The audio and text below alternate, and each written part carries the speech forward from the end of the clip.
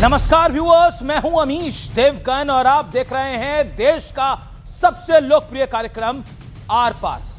आज मकर संक्रांति का दिन है और देश भर में पर्व मनाया जा रहा है, लेकिन इस देश की सियासत ऐसी है जहां नफरत चल रही है। सियासत में नफरत और इस नफरत वाले एजेंडे पर आज बहस क्यों जरूरी है?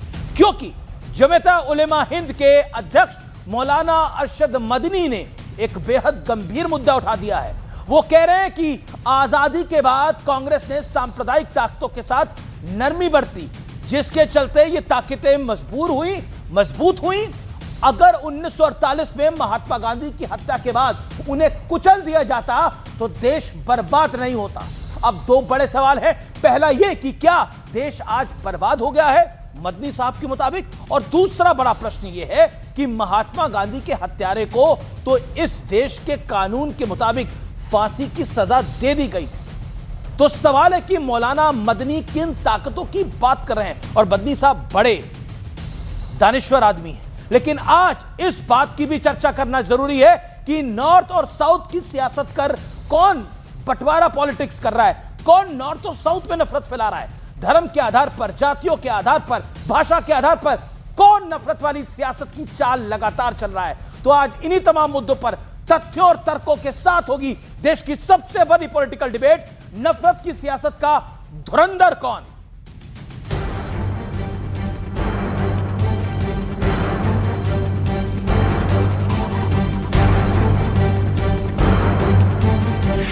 सियासत में एक और भड़काऊ मुद्दे की ताजा एंट्री हुई है और बड़ा सवाल कांग्रेस पर उठा है। जमीयत उलेमा हिंद के अध्यक्ष मौलाना अरशद मदनी कह रहे हैं कि कांग्रेस ने आजादी के बाद धर्म के आधार पर नफरत की राजनीति के खिलाफ नरम रवैया अपनाया, जिससे सांप्रदायिक शक्तियां मजबूत हुई और देश को बड़ा नुकसान पहुंचा। 1948 में महात्मा गांधी की हत्या के बाद अगर सांप्रदायिकता का सिर शक्ति से कुचल दिया जाता तो देश को तबाही और बर्बादी से बचाया जा सकता था। ये बयान सामने आया तो कुछ और लोगों ने कांग्रेस के खिलाफ मोर्चा खोल दिया। ये सच है, ये बीज नफरत का कांग्रेस ने बोया है। ऐसे ऐसे हिंदू मुस्लिम फसाद हुए हैं जिनकी मिसाल नहीं मिल सकती। ये सब कांग्रेस के जमाने में हुआ है। सांता क्लॉज को तोड़ना, आज जो लोग कह रहे हैं कि हिंदुस्तान में रहना है तो जय श्री राम कहना है, शायद ये चीजें ना होती। ये सब कांग्रेस की देन है। लेकिन सियासत का नजारा ऐसा है कि इस सियासत में कोई पीछे नहीं है। राज ठाकरे उत्तर भारतीयों के खिलाफ आग उगल रहे हैं। नीतीश राणे हिंदुत्व की ताल ठोक रहे हैं। ओवैसी को हिजाबन पीएम चाहिए और डीएमके सांसद दयानिधि मारन बंटवारे की लकीर को और आगे ले गए। वो कह रहे हैं कि साउथ की लड़कियां शिक्षित होती हैं, नॉर्थ में उन्हें गुलाम की तरह रखा जाता है, उनका काम रसोई और बच्चे संभालना है। सवाल है कि ऐसी बंटवारे वाली सियासत से देश का भला होगा? आज इसी पर होगी देश की सबसे बड़ी पॉलिटिकल डिबेट, नफरत की सियासत का धुरंधर कौन। तो नफरत की सियासत का धुरंधर कौन, आइए आपको बताते हैं आज का फैक्ट चेक वाला विश्लेषण। आरएसएस की सोच, मोहन भागवत, भारत हिंदू राष्ट्र है लेकिन इस्लाम भारत में था और रहेगा, इसे लेकर कोई डर नहीं होना चाहिए। कांग्रेस की सोच, राहुल गांधी, हिंदू आतंकवाद लश्कर से ज्यादा खतरनाक है, विकीलीक्स। कांग्रेस की सोच, रेवंत रेड्डी, कांग्रेस का मतलब मुसलमान यानी मुस्लिम और मुस्लिम का मतलब कांग्रेस। अब एआईएम की सोच, अकबरुद्दीन ओवैसी, हम इस मुल्क के मालिक हैं और हिजाबन प्रधानमंत्री होगी, वो असाउद्दीन ओवैसी इनके बड़े भाई कहते हैं। मौलाना अरशद मदनी, जब जब जुल्म होगा तब तब जिहाद होगा, भारत में मुसलमानों पर अत्याचार हो रहा है। बड़ा सवाल क्या है, बड़ा प्रश्न आज का यह है कि नफरत की सियासत बहाना है, हिंदुत्व असली निशाना है। मेरे साथ बात करने के लिए कौन कौन जुड़ रहा है? मेरे साथ शुभराष्ट्र हैं, जानी मानी लेखिका हैं, राजनीतिक विश्लेषक हैं। मेरे साथ डॉक्टर अजय आलोक, भारतीय जनता पार्टी के प्रवक्ता हैं।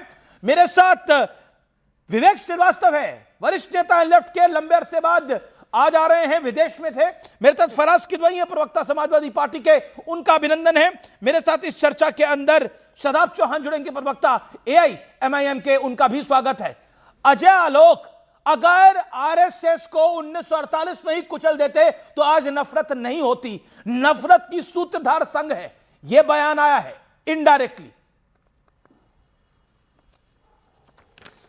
नहीं, आरएसएस को कुचलने की मंशा तो खैर ऐसे ऐसे लोग जैसे ही पैदा होते हैं, देवबंदी लोग, वो पैदा होते ही 5 साल के बाद होश संभालते हैं। उनका पहले उनको सिखाया जाता है आरएसएस को कुचल दो, आरएसएस को कुचल दो। वैसे ये कांग्रेस को कह रहे थे कि कांग्रेस को कुचल देना चाहिए था। एक डायरेक्ट एक्शन डे काफी नहीं था क्या मदनी साहब के लिए, जिसमें 4 लाख हिंदुओं को काट दिया गया था बंगाल में? कितने डायरेक्ट एक्शन डे ये चाहते थे कि कांग्रेस करे हिंदुओं के खिलाफ? यही अपेक्षा पालते हैं ये लोग कांग्रेस पार्टी से। कांग्रेस पार्टी ने किया भी, कोई कम नहीं किया, लेकिन काफी किया, लेकिन इनकी अपेक्षा के अनुरूप नहीं किया। इसलिए बड़ी दिक्कत है मदनी साहब को। हाँ, अपेक्षा के अनुरूप किसने किया? समाजवादी पार्टी ने किया। 2013 के मुजफ्फरनगर के दंगों में याद होगा, इन्होंने क्लीन चिट दी थी कि अगर मुसलमान मुख्यमंत्री भी रहता उत्तर प्रदेश का तभी वैसा काम नहीं करता जैसा समाजवादी पार्टी ने किया। और तो और छोड़िए, सहारनपुर मेडिकल कॉलेज का नाम Shaikhul Hind Maulana Mahmood Hasan medical college, Saharanpur medical college इतना पुराना मेडिकल कॉलेज का नाम सपा ने बदल दिया मदनी जी के सिफारिश पर। चार्टर्ड प्लेन से मदनी जी को मुंबई से लाया जाता था लखनऊ के लिए। आशा मलिक को एमएलसी बनाया मदनी जी के सिफारिश पर। लगातार मदनी जी की, अब ये गणित समझिए, ये गणित भविष्य के राजनीति का इशारा दे रहा है अमिश देवगन। ये गणित इशारा दे रहा है कि मुसलमान भाईजान को पटाने के लिए मदनी जी प्योरली आ गए हैं कि कांग्रेस छोड़ो, सपा में जाओ।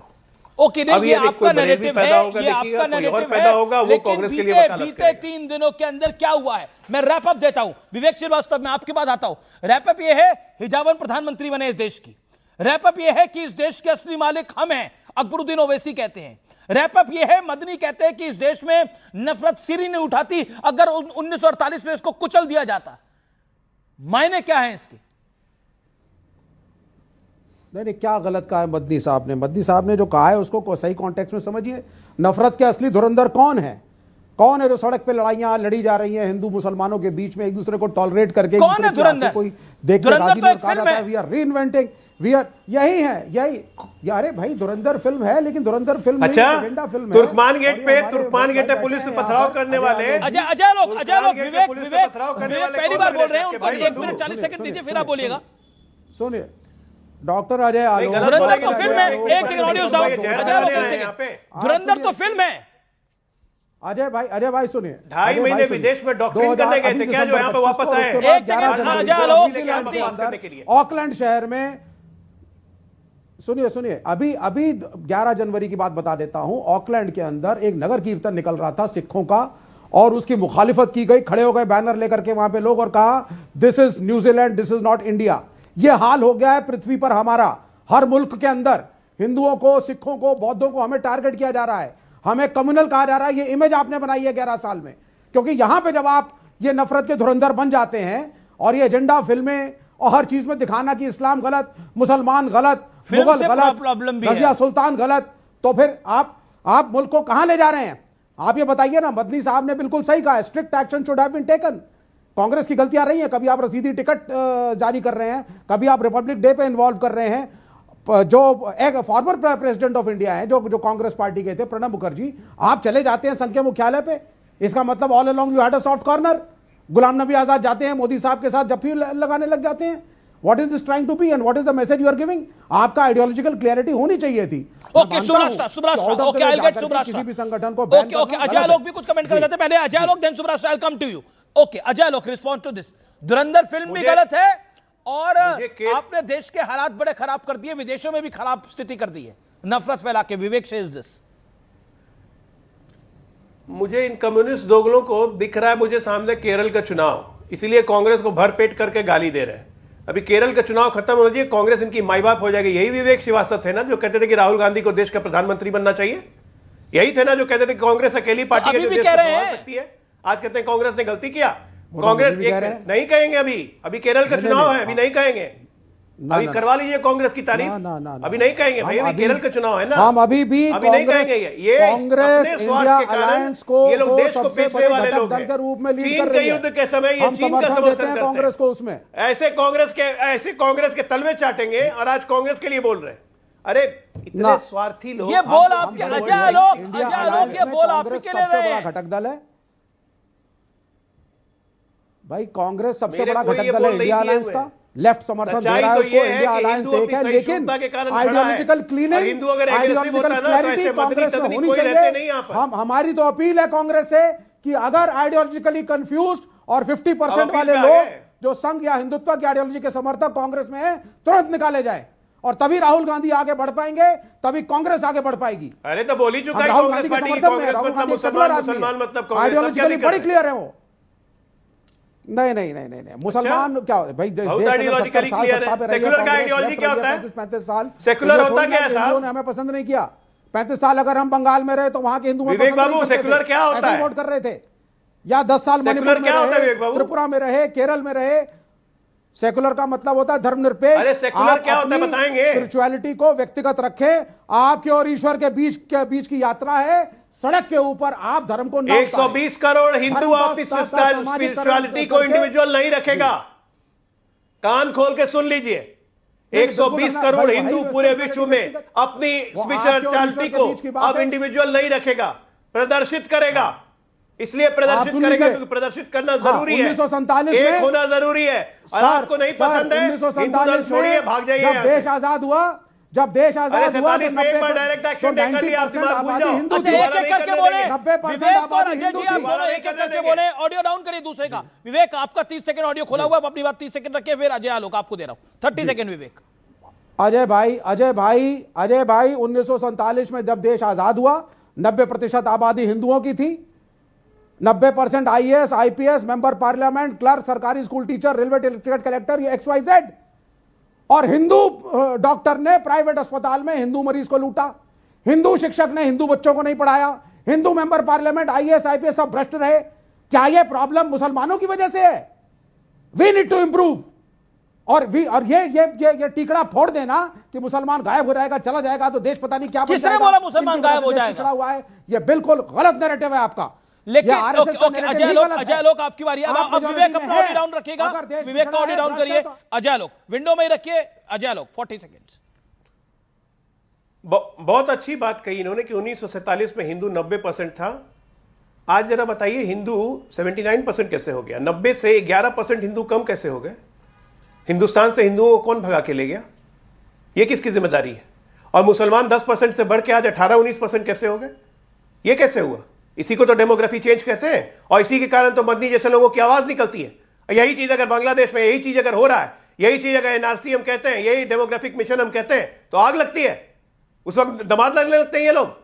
बांग्लादेशी को बताएंगे यहां पे, क्योंकि वो आपको सूट करता है पॉलिटिकली। सच्चाई ये एक बार सुन लीजिए विवेक श्रीवास्तव, 120 करोड़ हिंदू है पूरे विश्व में, और कोई अपनी स्पिरिचुअलिटी को अब दबा के नहीं रखेगा, प्रदर्शित करेगा, गर्व से कहेगा हम हिंदू हैं। हमारी एग्जिस्टेंस का सवाल है ये। पूरे विश्व में इकलौता देश है जहां सबसे ज्यादा हिंदू रहते हैं, वो भारत, उसके बाद नेपाल, फिर इंडोनेशिया। और जहां तक रही प्रदर्शन की बात हिंदुओं की, जरा इंग्लैंड में जाके देख लीजिए, विदेशों के आए थे ना, वहां के ब्रिटिशर्स ने मुसलमानों के खिलाफ प्रदर्शन किया। पूरे विश्व में प्रदर्शन हो रहा है कि मुसलमानो हमारा देश okay okay okay you mean Vivek 30 second then शुभ रास्ता। ओके वेल नोन राइटर शुभ रास्ता, then I will go to you, come to you. Okay Vivek 30 second, आप 30 सेकंड करा सवाल को आपने मुझे मेरे प्रश्न का उत्तर आपको विवेक, आपको फिल्म से भी दिक्कत है, आपको RSS से भी दिक्कत है, आपको बीजेपी से भी दिक्कत है। बिल्कुल फिल्म से दिक्कत है सर। मुसलमान इस मुल्क की समस्या नहीं है। इस मुल्क की समस्या हम हिंदू हैं जो मेहनत नहीं करना चाहते, हम भ्रष्टाचार करते हैं, एक दूसरे को लूटते हैं, एक दूसरे को काटते हैं और पॉजिटिव राजनीति नहीं करते। धुरंधर में तो पाकिस्तान की बात है। अगर एक पुलिस धुरंधर में तो पाकिस्तान की गैंग वॉर है ना भाई। मेरी समझ में नहीं आ रहा कि भारत का कंपैरिजन हमेशा भाजपा और RSS पाकिस्तान से करके खुश हो जाती है। अरे आप अपने स्टैंडर्ड को बढ़ाएं, आप चाइना से, अमेरिका से, रूस से, यूरोप के देशों से अपने को कंपेयर करें। आपका स्पाई वहां पर नहीं पहुंच पाता साहब। आपका स्पाई पाकिस्तान जैसे कमजोर मुल्क में पहुंच जाता है। ओके शुभ रास्ता, ओके शुभ रास्ता भी डिबेट में काफी दिनों बाद आई है, लेकिन विवेक तो बहुत दिनों बाद आएंगे। ओके शुभ रास्ता, मेक योर पॉइंट। विवेक जी, आप अभी 2.5 महीने से अगर आप नई डिबेट में आए, बाहर थे, तो मैं पूछना चाह रही हूं आपसे, आपने देखी है क्या फिल्म धुरंधर? देखी है तभी बोल रहे हैं। हाँ नहीं देखी है तो एक बार पहले एंडोर्स तो करें कि हाँ हमने देखी है, पहले बताएं तो। देखी है तो क्या आपको किस एंगल से लगा कि वो फिल्म भारत में बनी है? I think this movie should be band. नहीं, भारत में क्या बनी? इट्स एन एजेंडा मूवी, वो हिस्टोरिकली भी गलत है, फैक्चुअली गलत पिक्चर है। विवेक जी मतलब मैं मजाक में कहूं तो आपकी थॉट से तो एक प्रदेश में एक भी सरकार नहीं बन रही, इसीलिए उससे आगे बढ़ जाते हैं विवेक जी। द थिंग इज कि धुरंधर में कोई बात नहीं, 70 साल हम ही लोग रहे थे, फिर आ जाएंगे। तो पाकिस्तान के इंटरनल धुरंधर पाकिस्तान के इंटरनल इश्यूज पे बनी एक फिल्म है जिसमें पाकिस्तान का जो सूरत हाल है उसको पूरी तरह से उसकी बखिया उधेड़ दी गई है। अब इसमें हम क्या कर सकते हैं बताइए? अब ये आपको पसंद आए नहीं आए, पाकिस्तान से आपको प्रेम है नफरत है, उससे क्या लेना देना? इसका इस डिबेट की फ्रेमिंग से क्या लेना देना? भाई मेरा भी बना दीजिए ना एक फिल्म, मदनी जी ने एक फिल्म अमेरिका पे भी बना दीजिए, डोनाल्ड ट्रंप पे बना दीजिए ना एक फिल्म, ट्रंप फाइल्स कब बनाएंगे मैडम? आप ही कहते थे ना, इतना ह्यूमिलिएशन हुआ है मेरे मुल्क का, आप ही की मेरे प्राइम मिनिस्टर का, मेरे देश का। ट्रंप फाइल्स बना देना। अदब से कहना चाहूंगी विवेक जी कि भाई बनाओ ट्रंप फाइल्स। बहुत अदब से कहना चाहूंगी, ज्यादा नहीं। आज से 15 वर्ष पहले जब हम दिल्ली यूनिवर्सिटी में यही पूछते थे तो आप कहते थे तो आप बना लो फिल्म। तो मैं आपसे आज कह रही हूं, आप बना लीजिए अमेरिका पर फिल्म।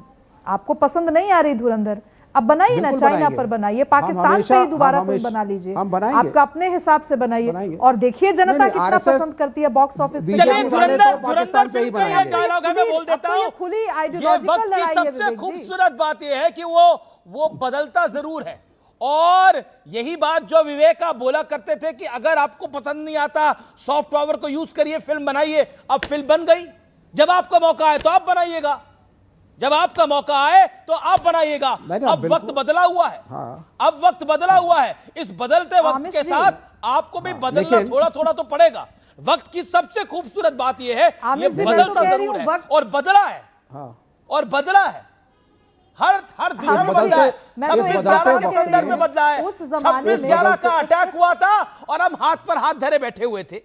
बदला वक्त, पुलवामा हुआ, ऐसा नहीं, पीट कर आए पाकिस्तान को, बदला वक्त ना, ये बदलते वक्त की कहानी है। Okay सुब्रास्ट्र, make you point on the topic, विषय पे। जी एक चीज और मैं बस इसमें कह दूं, 15 वर्ष पहले जब कहा जाता था तो बड़े तंज से कहा जाता था कि अरे आप लोग फिल्में बना पाइएगा, ये आप लोग फिल्में बना पाइएगा, बड़ा तंज होता था। आज वही फिल्म बन ही नहीं रही है, नेशनली इंटरनेशनली बॉक्स ऑफिस से लेकर के क्रिटिकल अक्लेम तक पा रही है। मैं कह रही हूं, चैलेंज दे रही हूं, अब आप बना के दिखाओ, हम भी देखते हैं देश की जनता कितना पसंद करती है। आप तो लोकतंत्र में विश्वास करने वाले लोग हैं। बहरहाल मदनी का जो बैन, नहीं मैं डिबेट चाहेंगे कि लेफ्ट वर्सेस राइट होके रहे, लेकिन ये मदनी वर्सेस रेस्ट की बात है। आज मदनी जी ने जिस तरीके से पूरे संघ पे प्रश्न चिन्ह लगा दिया, मदनी जी को क्या पता है इस देश के बारे में? मदनी जी को यह मालूम है कि जब हिंदू मुसलमान दंगे भड़के थे 1947 में, तो सबसे पहले जिन लोगों ने जाकर के वहां से शरणार्थियों को हाथ जोड़ जोड़ करके लाया था और कैंपों में बसाया था, वो राष्ट्रीय स्वयंसेवक संघ के लोग थे। कहा जाता है, किंवदंती है कि भारतीय राष्ट्रीय स्वयंसेवक संघ ने कभी भी आजादी में अपना योगदान नहीं दिया। यह किंवदंती है लेफ्टिस्टों की। मैं पूछना चाहती हूं, रिसीव करने कौन गया था? दंगे भड़के किसकी वजह से? मैं ये सब नहीं बोलूंगी कि गांधी और नेहरू की वजह से भड़के, नहीं, मैं कह रही हूं दंगे भड़के जिन्ना की वजह से, और इस तरफ से कांग्रेस की तरफ से जिन्होंने भी साइन किया होगा पार्टीशन के डॉक्यूमेंट पर, लेकिन उसमें पिसे जो आम लोग, वो आम हिंदू, उनको रिसीव करने कौन गया? तो मदनी जी को इतिहास का यह पन्ना याद नहीं रहता क्या? और मदनी जी ने तो आज तक कांग्रेस की राजनीति की, सही कह रहे हैं अजय आलोक जी, अगर समाजवादी पार्टी ज्वाइन करते हैं मदनी, तो क्या विवेक श्रीवास्तव उसकी जिम्मेवारी लेंगे कि आकर के मुखालफत करेंगे सीधे सीधे? कौन सी क्या बात कर रहे हैं आमिर जी? आज हम लोग फराज किदवई आएंगे चर्चा के अंदर। विवेक शांति, फराज किदवई, मदनी साहब का बयान जायज है आपको लगता है? सी बात बोलना चाहती हूँ, ये मदनी जी एक सेकंड में बोलिए, फराज किदवई की बारी।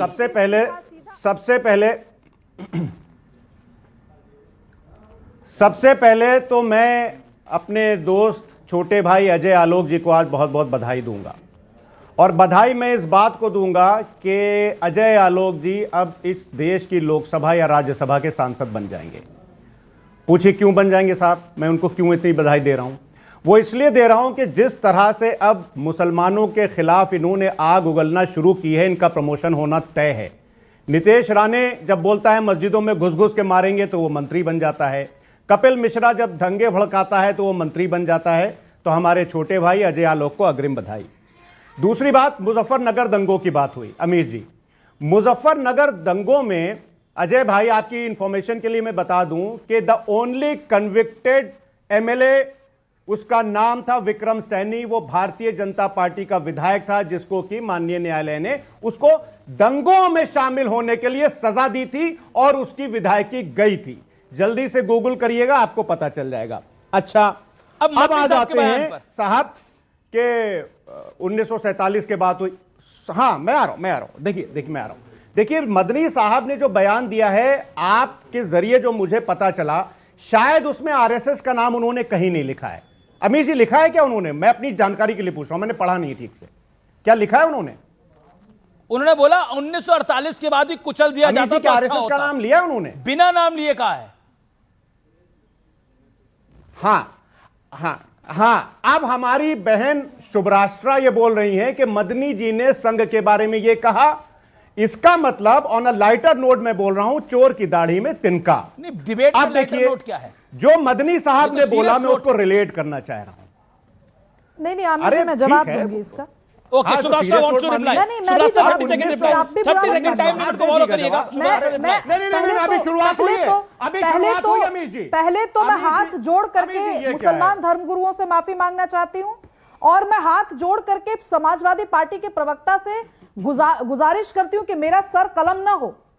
आप अगर ये कह देते हैं, आपके मदनी साहब आकर के कह देते हैं कि कुचल देना चाहिए बिना नाम लिए किसी का, अगर कोई 20% को कुचल देने की बात करे तो यहां पे क्या होगा? मैं फिर से गुहार लगा रही हूं कि मेरा सर इसी धड़ से लगा हुआ होना चाहिए। मैंने भी नाम नहीं लिया, किसी को फिर बुरा नहीं लगना चाहिए। और यही नहीं, यही जब आप लोगों को बड़ी दिक्कत होती है, देश के गद्दारों को गोली मारो डैश को, आप लोग देश के गद्दारों के लिए शब्द पे आपको बड़ी आपत्ति हो जाती है कि मुसलमानों के लिए कह दिया गया। क्यों? गद्दार है क्या देश के मुसलमान? हिम्मत कैसे होती है आप लोगों की किसी भी हो गया है, नहीं हुआ, एकदम पोलराइज करके ऐसे? नहीं भाई साहब, मैं इसमें बहुत अनअपोलोजेटिकली कहूंगी, इस देश में भाषा को लेकर के जिस तरीके का एक पोलराइज नैरेटिव गढ़ा गया है कि 80% वालों की कोई भी बात हो इतने अदब से सहम करके हम लोगों को बोलना है। क्यों बोलना है भाई? क्या हम 80% वाले इस देश में अपने कल्चर, अपने धर्म, अपनी वैचारिकी को लेकर के एक बात भी फ्रीली बात नहीं कर सकते हम? क्योंकि 20% वालों के बारे में तो बात ही करना, हम तो बात ही नहीं कर सकते। 10 राइडर मुझे देने पड़े बोलने के लिए कि भाई मैं कहूंगी, कहीं ऐसा ना हो जाए कि कल भाई फराज किदवई जी तो कुछ नहीं करेंगे, पर फराज किदवई जी के इनके अब बहुत हो गया। अमीर जी, इतनी फुटेज मत दीजिए इनको। अमीर जी, आपसे हाथ जोड़ रहा हूं, इतनी फुटेज मत दीजिए, हो गया। मैंने बस 40 सेकंड बोला। मैंने तो किसी संगठन का नाम नहीं लिया, जैसे मदनी साहब ने नहीं लिया। मैंने किसी दूसरे तरफ के लोगों का भी नाम नहीं लिया। यार अमीर जी, दिस इज रॉन्ग क्यों है? अच्छा, फुटेज, अच्छा ये कार्यक्रम फुटेज के लिए नहीं है, अपने विचार रखने के लिए। आप भी अपने विचार को रखिए। फराज किदवई, अब मैं अपने विचार रखूं, यही भाषाई स्तर होता है। शुभराष्ट्रा जी ने कहा, ये एक नेता, ये नहीं, मैं ये ऑन रिकॉर्ड रखना चाहती हूं कि एक नेता और नागरिक के बीच में आज यही संबंध रह गया है कि नेता के सामने अगर उनकी मुखालफत करते हुए एक लाइन बोल दो तो सीधे कहते हैं इनको फुटेज देना बंद करो। अरे नागरिकों को फुटेज आप क्या देना बंद कर देंगे? आपको हम लोगों ने फुटेज देना बंद कर दिया, सरकारें दर सरकारें गिर गई इसी अहंकार की वजह से, इसी भाषा की वजह से। ओके, फराज किदवई, पता है फराज भाई, जैसे आपकी पार्टी हो, दुनिया की कोई भी पॉलिटिकल पार्टी हो, नागरिक चाहे सीधा एंट्री मार करके अच्छे पोजीशंस पे पहुंच सकता है। हर व्यक्ति राजनीति करना नहीं चाहता। फराज किदवई, जैसे लोग ये एंश्योर करते हैं। शुभराष्ट्रा, आपने अपनी बात को रखा। फराज किदवई जी। हाँ, देखिए अमीर जी, हमारी बहन शुभराष्ट्रा ने अभी ये कहा कि इनका खुदा न खास्ता कोई सर कलम न कर दे। शुभराष्ट्रा जी, निश्चिंत रहिए, आपका भाई फराज किदवई जैसे भाई मौजूद हैं, आपका कोई बाल नहीं बांका कर सकता। ये मेरी गारंटी है। आपको आपकी तरफ कोई आंख उठा करके देखेगा तो उसकी हम क्या हाल करेंगे आपको पता नहीं। तो डोंट वरी शुभराष्ट्रा जी, पे जयपुर में कांड हो चुके हैं, काफी हो चुके हैं कांड, इसीलिए अच्छा एक second शुभराष्ट्रा, okay शुभराष्ट्रा, you made your point. Okay, Faraz make your point. नहीं, देखिए शुभराष्ट्रा कांड तो वैसे भी होते हैं कि जब एक दलित के चेहरे पर पेशाब किया जाता है। कांड तो वो भी होते हैं कि जब एक दलित गलती से कहीं पर कुछ वो हो जाता है तो उसको पेशाब चटाया जाता है। लेकिन मैं फिर से आपको ये आश्वासन दे रहा हूं कि हमारे जैसे आपके बड़े भाई हैं। अब देखिए, आ जाते हैं मदनी साहब के बयान पर। देखिए 1949 में जयपुर में सरदार पटेल ने क्या कहा था। मैं आरएसएस को नहीं ला रहा था यहां पे अमीर जी, लेकिन हमारी छोटी बहन शुभराष्ट्रा लाई, तो अब बोलना पड़ेगा। 1949 में सरदार पटेल ने कहा था कि संघ गांधी की हत्या में शामिल नहीं था, लेकिन उन्होंने इस बात की नाराजगी जताई कि गांधी जी की हत्या के बाद आरएसएस के लोगों ने मिठाइयां बांटी। उन्होंने आरएसएस पर सांप्रदायिकता के जहर फैलाने का आरोप लगाया। और एक बहुत बड़ी बात कही थी सरदार पटेल ने, उन्होंने कहा था कि हम आरएसएस या किसी भी दूसरे सांप्रदायिक संगठन को देश में गुलामी या फिर से बंटवारे के रास्ते पर वापस नहीं ले जाने देंगे। यह आरएसएस के लिए मैं नहीं बोल रहा हूं, यह सरदार पटेल जी ने कहा था। अब एक बात मैं और कहता हूं मीर जी, कि अगर उसी समय इनसे सख्ती से निपट लिया गया होता तो 1998 में गुजरात के डीजीपी को यह कहने की जरूरत नहीं पड़ती कि द विश्व Hindu Parishad and the Bajrang Dal were taking law into their hands. यह मैं नहीं बोल रहा हूं, यह आप गूगल करिएगा। 1998 में गुजरात के डीजीपी ने ऑन रिकॉर्ड यह बात कही थी। तो इस देश के अमीर जी, इस देश को और इस देश के संविधान को जितना नुकसान भारतीय जनता पार्टी की सरकारों के दौरान हुआ है उतना कभी नहीं हुआ है। अब मैं आपको एक बात और बताता हूं, बस 20 सेकंड दे दिएगा। जस्टिस शिवदयाल श्रीवास्तव कमीशन ने जो जबलपुर में दंगे हुए थे, उस केस में क्या कहा था कि RSS influenced press which inflamed the public, उसकी वजह से दंगे हुए थे। यह मैं नहीं बोल रहा हूं, यह जस्टिस दयाल श्रीवास्तव कमीशन की रिपोर्ट है। अब सुनिए, एक चीज और मैं आपको बता देता हूं। 1971 के तिल्लीचेरी दंगों में जांच आयोग की रिपोर्ट में यह निष्कर्ष निकाला गया कि आरएसएस ने तिल्लीचेरी में हिंदू और मुसलमानों के खिलाफ एक दूसरे की भावनाओं को भड़काने में सक्रिय भूमिका निभाई। और यह रिपोर्ट के पेज नंबर 29 पर यह दर्शित है। ये पढ़िएगा। मतलब पूरी तरह से बताने पे उतारू है कि आरएसएस कितना खराब है। आरएसएस धर्म के नाम पर नफरत फैलाता है। अच्छा एक बात बताइए, 1947 में देश के बंटवारे पर सिग्नेचर आरएसएस ने किए थे। नहीं, सुनना पड़ेगा और आपको बताना पड़ेगा। 1947 में जब धर्म के नाम पर देश में बंटवारा हुआ था तो आरएसएस ने सिग्नेचर करे थे। वंदे मातरम को पूरा गाने से रोका गया था, कांग्रेस ने रोका था, क्या आरएसएस ने रोका था? पॉइंट नंबर 3 मैं आपसे पूछता हूं। अब मुझे यह भी बताइए, मुजफ्फरनगर में दंगे हुए थे तो आरएसएस की सपोर्ट वाली सरकार थी क्या? उत्तर प्रदेश के लखनऊ में जवाब दीजिए इस बात का।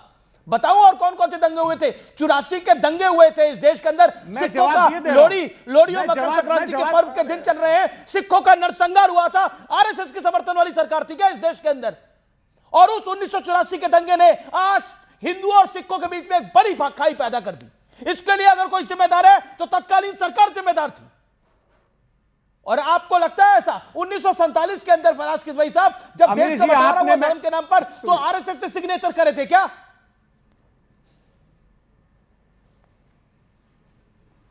अमीर जी अब मैं बोलूं? हाँ बोलिए। देखिए मुजफ्फरनगर दंगों की अगर आप बात कर रहे हैं तो मैंने तो आपको एग्जाम्पल दिया कि भारतीय जनता पार्टी के विधायक उस दंगों के लिए कन्विक्ट हुए थे माननीय उच्च न्यायालय में। मैं तो नाम ले रहा हूं विक्रम सैनी। और दूसरी बात यह है कि सरदार पटेल ने एक और आरोप लगे कि आप एक तरफा कार्रवाई कर रहे थे। अजय आलोक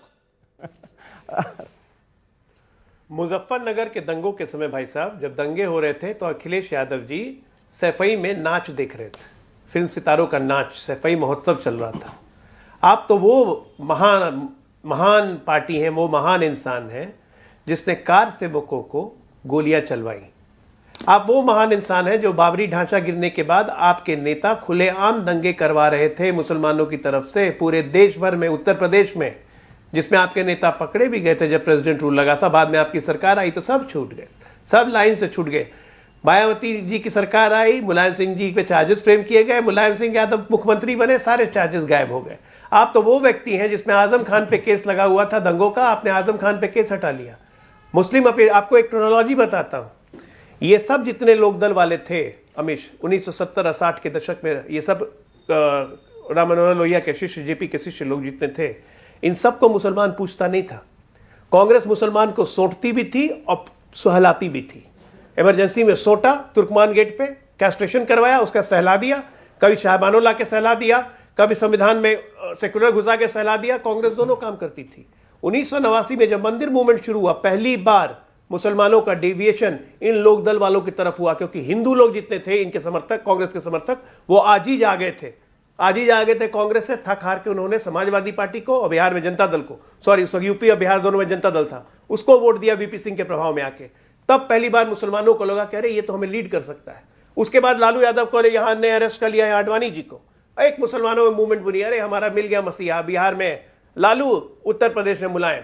और यही phenomena pan India Muslim division phenomena पूरे देश में चली और हर जगह रीजनल छत्रप मुसलमानों का समर्थन पापा के भाईजानों के किंग बनते चले गए। कांग्रेस अलग थलग पड़ते चली गई।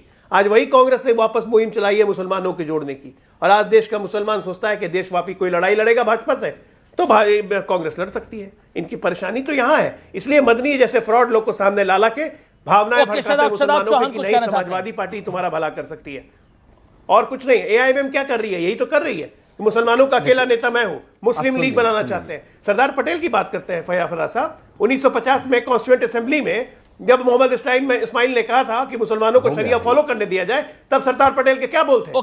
जितनी सांप्रदायिक पार्टी थी, जितनी मुसलमानों के नाम पे पार्टी थी, पाकिस्तान चली गई। अजय भाई, नाम आपका नाम शादाब कब हुआ? मुबारक हो, आपका नाम शादाब बात को रख लिया। मुबारक हो, मुबारक। अब वो मुस्लिम लीग पार्ट 2 आज भी एग्जिस्ट करती है केरला में। ओके शादाब चौहान, और उसी मुस्लिम लीग पार्ट 2 को भाईजान पूरे देश में फैलाना चाहते हैं।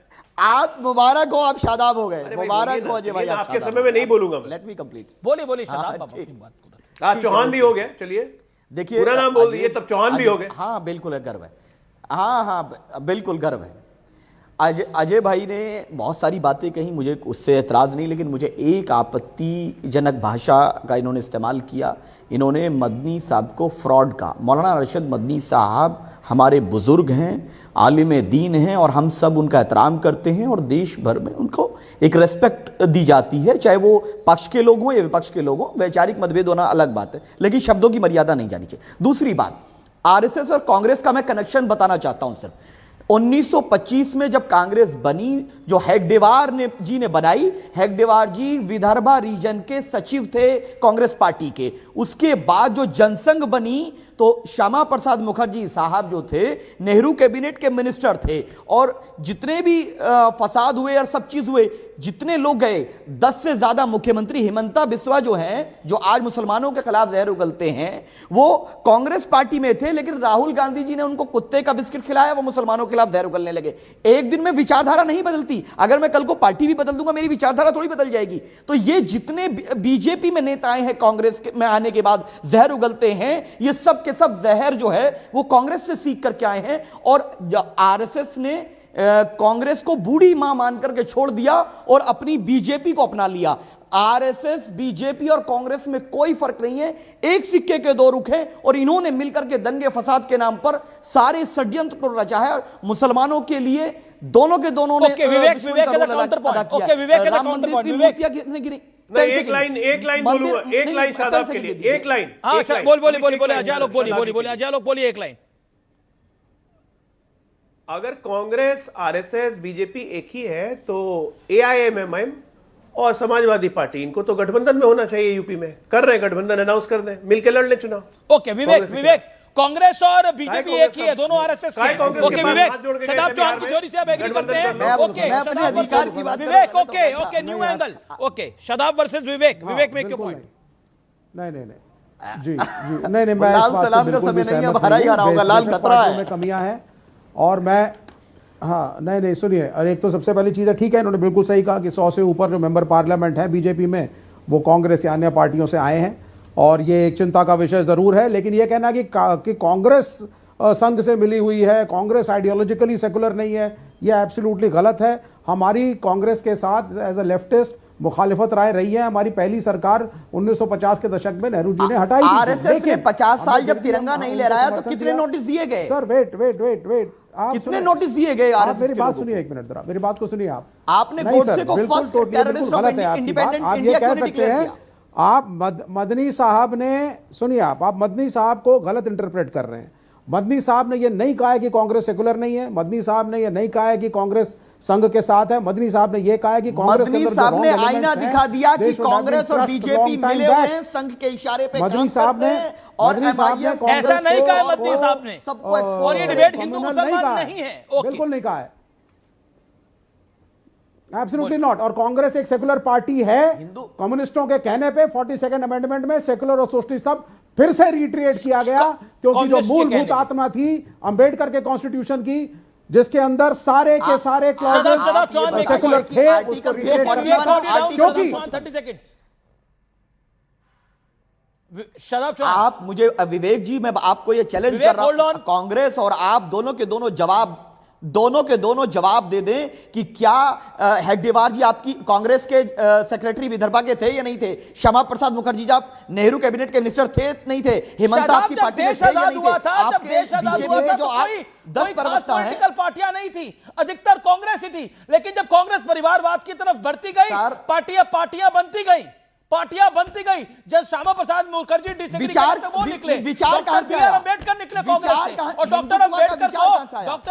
नहीं, कांग्रेस ने ही चुनाव हरवाया। जो अंबेडकर की दुहाई देते हैं उन कांग्रेस ने ही बिल्कुल चुनाव हरवाया। हरवाया। और उसके बाद ममता बनर्जी मिदनापुर कांग्रेस से निकली, जगनमोहन रेड्डी कांग्रेस से निकले। मुसलमान ने इस्तीफा दिया, मिदनापुर से एक मुसलमान ने इस्तीफा देकर के उनको पार्लियामेंट भिजवाया बाबा साहब अंबेडकर को, क्यों हम उनके क्वालिटी का सम्मान करते थे। और इसीलिए कहा कि अगर बाबा साहब अंबेडकर संविधान नहीं बनाते तो आज भारत को हिंदू राष्ट्र ये लोग बनाते। हमारा यही लक्ष्य है कि बाबा साहब अंबेडकर के संविधान की रक्षा हो। और जितने लोग बीजेपी के आज प्रवक्ता हैं, देश कल ये के कांग्रेस मालिक के बनकर प्रवक्ता आप थे, संविधान जो की आज रक्षा कर रहे जहर हैं। इनके देश शब्द के मालिक बनकर आप संविधान की रक्षा कर रहे हैं। जहर है। देश के मालिक बनकर संविधान की रक्षा कर रहे हम हैं।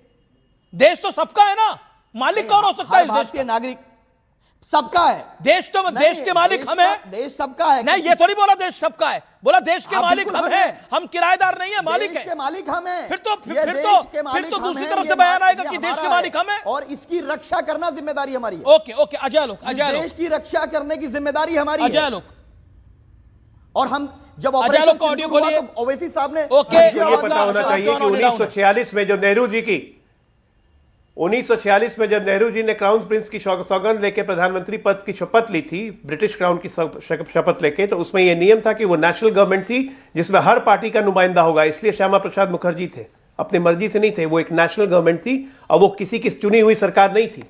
चुनी हुई सरकार जब 1951 में आई तो सबको अलग अलग चुनाव लड़े थे। पहली बात तो ये जान जाइए। इसलिए बार बार श्यामा प्रसाद मुखर्जी को सरकार का हिस्सा बनाने की कोशिश मत मिनिस्टर थे या नहीं? नंबर 1। नंबर 2, बहुत अच्छा लगा अभी नेहरू जी मुझे के- जब विवेक नेहरू जी श्रीवास्तव ने कैबिनेट ये के बात मिनिस्टर थे या कही नहीं थे? कि वो कम्युनिस्टों से सलाह मशविरा करके 1976 में सेकुलर और सोशलिज्म कॉन्स्टिट्यूशन में डाला गया था। उस वक्त कम्युनिस्टों का नेता कौन था? माओ। उस वक्त यूएसएसआर था, सिर्फ रशिया नहीं था, यूएसएसआर था और माओ था नेता जिसने कांग्रेसियों की मदद की। तो ये मान चुके हैं कि कांग्रेस हमेशा से विदेशी ताकतों को इन्फ्लुएंस में आकर इस देश का संविधान तक बदल देती है। यह मान लिया आज विवेक श्रीवास्तव ने। यही बात तो हम कह रहे हैं कि पिछले 70 वर्षों से कोई ना कोई विदेशी शक्ति हमें डोमिनेट करती रही। आज क्यों नहीं करती है? 11 साल से हम पे सैंक्शन लगा देती है। वाजपेयी जी पे सैंक्शन लगा दिया था, नरसिम्हा राव ने तब तक किताब में लिख दिया 96 में, now I am not afraid because George Bush is standing at my back. अरे आप लोगों ने देश बेचा है, सारे लोगों ने, चाहे वो कम्युनिस्ट हो चाहे कांग्रेसी हो। सपाइयों की तो औकात नहीं हुई देश बेचने की, कभी इस पोजीशन पे नहीं आए। उत्तर प्रदेश बेच दिया। और एआईएमएम एक रजाकार आर्मी को रिप्रेजेंट करने वाली सेना जिससे भारतीय गणराज्य में मिलने के लिए लड़ाई लड़ी। अरे हम भारत को रिप्रेजेंट करते हैं सर, भारत को रिप्रेजेंट करेगा। हमारे बुजुर्गों ने अंग्रेजों से माफी नहीं मांगी, संविधान की बात हमारे करेगा। बुजुर्गों ने अंग्रेजों से सावरकर की तरह 60 रुपए तनख्वाह नहीं दी। सुनिए सुनिए, रजाकार आर्मी के हेड कौन थे? ओवैसी जी के पूर्वज, जिन्होंने भारतीय सेना से लड़ाई लड़ी इस भारतीय गणराज्य में शामिल होने के लिए। सच है कि नहीं? बोलिए। ओके, ये बात करेंगे संविधान की यहां में बैठ के। जानकारी गलत है आपको, आप सुन लीजिए। पहली कोई बात गलत जानकारी नहीं है। सुरजापुरी मुसलमान जो भी आज बसे हुए बिहार में ना, और उधर बांग्लादेश में और बंगाल में, ये सब वही रजाकार भागे हुए। अजय भाई इतना क्यों हाइपर क्यों हो रहे हैं आप? अरे सवाल जवाब सुन लीजिए सर। हाइपर नहीं, आपको सच्चाई बता रहा हूं। आप शादाब चौहान है ना, आपको रजाकारों की सच्चाई पता नहीं है क्योंकि आप शादाब चौहान है। अरे भाई सुन तो लीजिए अजय भाई, अजय भाई सुन लीजिए, मुझे बात मालूम है। आप मुझे 10 लोगों का नाम बता दीजिए जो संघ से जुड़े हुए थे और देश के लिए प्राणों की आहुति दी। मैं चुनौती देता हूं। और सावरकर जी अंग्रेजों 10 नहीं, लिस्ट है भाई। किस बात की फ्रीडम स्ट्रगल निकाल के देख लो। अंग्रेज के समय हमेशा सबसे ज्यादा आरएसएस के लोग ही जेल में थे। जो वफादार थे वो रह गए। हमने भारत को चुना है सर। 1947 के अंदर सुब्राष्ट्रा, दो चीजें बड़ी अहम है। एक बड़ी खबर आ रही है, पहले मैं बड़ी खबर का रुख करता हूं। डीएमके सांसद दयानिधि मारन का विवादित बयान है, साउथ की लड़कियां शिक्षित होती हैं, नॉर्थ में उन्हें गुलाम की तरह रखा जाता है, उन्हें नौकरी करने से रोका जाता है, उनका काम रसोई और बच्चे संभालना है। सुब्राष्ट्रा, आई एम सॉरी टू से, आप नॉर्थ इंडिया की हैं, बिहार से आती हैं, आप दिल्ली में काम करती हैं, आप सिर्फ रसोई संभालती हैं। डीएमके के मैं इस पे हंसने के अलावा मैं इस नहीं, इस पर आपकी राय जरूरी है। देश आपको सुनना चाहता है। ये हर उस उत्तर भारत की लड़की को इसका जवाब देना जरूरी है जो वाकई बहुत कुछ करती है। कैसे कभी भाषा के नाम पर तोड़ते हैं, कभी जाति के नाम पर तोड़ते हैं, अब इसके नाम पे तोड़ेंगे कि वो काम करती है और वो काम नहीं करती है। मैं दयानिधि जी की बात का जवाब बिल्कुल दे रही हूं आमिर जी। उस जवाब का ही एक पार्ट है कि ऐसे ऐसे बयानों पे मैं मतलब ये कितनी मीडिवल सोच का नतीजा है, मैं उस पे जाना ही नहीं चाहती। मैं एक बात ये कह रही हूं कि आप उन्हीं के स्टेट में कितने सारे आईएएस ऑफिसर्स हैं और जितनी आईएएस ऑफिसर्स हैं उसमें कितनी विमेन हैं और कितनी विमेन नॉर्थ इंडिया से आती हैं, जरा एक बार खुद ही देख ले और फिर उनके मुंह पर जाकर एक बार बोल करके देखें कि आप लोग तो केवल चूल्हा चौका संभालती हैं। मतलब एक तो इस देश में मुझे लगता है चूल्हा चौका संभालने को एक तो इतना डी ग्लैमराइज कर दिया गया। भाई कुंजी श्री वहीं रहती है। चूल्हा चौका संभालने के लिए जो लड़कियां काम भी कर रही हैं, जैसे मैं खुद काम करती हूं, हाउस मैनेजमेंट के लिए आपको जितना पे करना पड़ता है वो भी एक पक्ष है जिस पे कोई बात ही नहीं करता। तो ये एक बहुत ही दकियानुसी और पितृसत्तात्मक सोच है। विवेक, क्या आप एग्री करते हैं इस बात से जो बात बोली गई? आई थिंक मैं सुब्राष्ट्रा, अगर हाउस हेल्प करना अच्छी बात है, लेकिन उसमें मर्दों का कितना योगदान रहता है ये भी बता दीजिए। कितने हस्बैंड्स खड़े होकर के अपनी वर्किंग वाइफ्स के साथ मिलकर के घर के काम में हाथ बटाते हैं, ये भी बताइए। क्या ये औरत की ये पंचायत है जिसको काम करना पड़ेगा? कहां ले जाते हैं विवेक जी? विवेक जी पता है आप खुद नॉर्थ इंडिया के मर्द हैं ना, इसलिए चुप रहिए। Let me speak. नहीं, आप नॉर्थ इंडिया के मर्द हैं इसलिए चुप रहिए। क्या बात कर रहे हैं आप? यहाँ मैं बात क्या कर रही हूँ, बात कहां ले जा रहे हैं? मैंने यहाँ के पुरुष समाज को बरी कर दिया क्या? आप बोलने दीजिए, चीखा चिल्ली से तो नहीं होगा ना। मैं आई एम सॉरी टू से, मैं लेफ्टिस्टों की तरह आप स्टैटिस्टिक्स सुनिए, ये भावनाओं में आगे बोलने से नहीं होता ना कि अगर औरत हाउस हेल्प कर रही है तो भाई उसको डिग्लैमराइज क्यों कर रहे हैं? बिल्कुल डिग्लैमराइज करना है। मेरे हिसाब से एक मर्द को भी घर का काम करना चाहिए और अगर उत्तर भारत में ऐसा नहीं हो रहा है तो ये गलत है। लेकिन एक सेकंड सुब्राष्ट्रा, एक सेकंड। विवेक क्या आप कह रहे हैं? मर्दों को घर का काम करते हैं। जो बात दयानिधि मारन कह रहे हैं वो क्या सही है या गलत है? Answer that. सर मैं बड़ा क्लियर हूं, मुझे 10 सेकंड दीजिए, मैं बता देता हूं आपको। केरल के राज्य को ले लीजिए जहां पे मैं पूछ रहा हूं दयानिधि मारन जो कह रहे हैं वो सही कह रहे हैं गलत कह रहे हैं? मैं आ रहा हूं, coming to it sir, I am coming to it. जो कार्यक्रम महिलाओं के बच्चे देख रहे हैं, विमेन एम्पावरमेंट करिए। दयानिधि मारन कहते हैं डीएमके के सांसद जो कि इंडिया अलायंस के पार्ट हैं, जो कांग्रेस के साथी हैं, वो कहते हैं साउथ की लड़कियां शिक्षित होती हैं, नॉर्थ में उन्हें गुलाम की तरह रखा जाता है, नॉर्थ इंडिया में लड़कियों को गुलाम की तरह रखा जाता है। All audience down, all audience down, शांति रखिए आप लोग। उन्हें नौकरी करने से रोका जाता है, उनका काम रसोई में बच्चे संभालना है। क्या आपको विवेक के जायज बयान लगता है? Answer it. देखिए, वो औरतों के खिलाफ नहीं बोल रहे हैं, एक कंडीशन के खिलाफ बोल रहे हैं, point number 1। Point number 2, women empowerment और वर्किंग विमेन का रेशियो जो है और participation is more in south India. मैं आपसे पूछता हूं, आप अपने घर की महिलाओं को गुलाम की तरह रखते हैं क्या? आप अपने घर की महिलाओं को गुलाम की तरह रखते हैं? अरे भाई, ये मेरे घर आपके घर की बात नहीं है ना सर। सर उत्तर प्रदेश की लिटरेसी क्या है औरतों की तरह बताएंगे आप? केरल की बता दीजिए, तमिलनाडु की बताइए आप। जब विमेन ज्यादा लिटरेट और एजुकेटेड हैं, वहां वर्किंग ज्यादा कर रही हैं, नौकरियां ज्यादा कर रही हैं, उनका सशक्तिकरण ज्यादा है, उसके स्टैटिस्टिक्स अवेलेबल हैं, तो किसी ने अगर उसको बोल दिया तो हम यहाँ खाप पंचायत चलती है, उत्तर प्रदेश में वोट मिलेगा, यहाँ तो खाप पंचायत चलती है। नहीं उत्तर भारत में तो खाप पंचायत चलती है। आप बोलिए ना, your comment on this Ajay Alok. मैं सुब्राष्ट्र आपके पास जरूर आऊंगा। पूरे पैनल में मैं एकमात्र स्त्री हूं, कम से मुझे कम लगता है पक्ष रखने की बात, मुझे लगता है कि इस पे जवाब कोई वहां का एक पुरुष नहीं, कोई एक पुरुष उठकर खड़ा हो जाता है साउथ में और वो कुछ भी बोलकर निकल जाता है, और यहां नॉर्थ इंडिया के एक मर्द बैठ करके उनको सपोर्ट कर रहे हैं। ये तमाचा है उन क्योंकि मैं चाहता हूं कि औरतों की स्थिति बेहतर हो, के मुंह पर एक औरतों की स्थिति बेहतर हो। आई एम सॉरी, आप सती प्रथा कितनी हुई साउथ इंडिया में, कितनी नॉर्थ इंडिया में इतिहास में, बताइए ना मुझे जरा। जब आप जैसे सती प्रथा के बारे में डेटा जरा मुझे बताइए। जैसे एनालिस्ट अगर बैठ करके इस बात के मंदिर कहां है जरा बताइए आप मुझे। नहीं कर सकते पेट्रियार्चिकल सोसाइटी है यहाँ पे, वो गलत कहा, तो आप जैसे मर्दों की जरूरत नहीं है हम स्त्रियों को हमारी लड़ाई लड़ने के लिए। नहीं बिल्कुल नहीं, गलत नहीं बोल रही हूँ। हम चाहते हैं कि स्त्रियों की लड़ाई नहीं है, लेकर स्त्रियों की लड़ाई दयानिधि मारन लड़ रहे हैं। अरे आप मत चाहिए ना कुछ, आप कुछ मत चाहिए, आप सिर्फ हमें होने दीजिए। वो कह रहे हैं स्थिति खराब है, सुधारो। He is standing for the women of North India. इतना बड़ा बयान आ जाता है और लेफ्ट का ये है स्टैंड कि उन्होंने कहा है, लेकिन उसके कहने का कॉन्टेक्स्ट आप ऊपर से कह देते हैं। एक second, Ajay Alok your comment on this. Ajay Alok 10 seconds, one line comment. देखिए आप लोग को आश्चर्य क्यों हो रहा है कि दयानिधि मारन ने ऐसा कहा है? राहुल गांधी ने नहीं कहा था क्या जय कि मैं साउथ में आता हूं तो मुझे एक अलग ठंडक मिलती है, एक अलग दिशा मिलती है, नॉर्थ में बहुत रिग्रेसिव सा लगता है? नेहरू जी ने नहीं कहा था क्या कि साउथ के मंदिर मुझे बहुत डिप्रेसिंग लगते हैं, इधर ताजमहल बहुत रिफ्रेशिंग लगता है? ये तो इनकी आदत है रीजनल डिवाइड पैदा करने की। नॉर्थ की महिलाओं को बोल दिया, जरा प्रियंका गांधी से पूछ रही हो शदाब चौहान, मैं आपकी राय लेता हूं, आप अपने घर की महिलाओं को गुलाम रखते हैं। Shadab Chauhan answer this, Faraz Kidwai answer this. आपका परिवार सुन रहा है आज, जो गुलाम रखता है, सुन लीजिए। हाँ नहीं, जो इस प्रकार की भाषा का इस्तेमाल करता है वो किसी भी पार्टी का है। महिलाएं गुलाम नहीं है, बराबर की हिस्सेदार हैं, संविधान ने भी उनको बराबर अधिकार दिया है। Faraz Kidwai answer this, Faraz Kidwai answer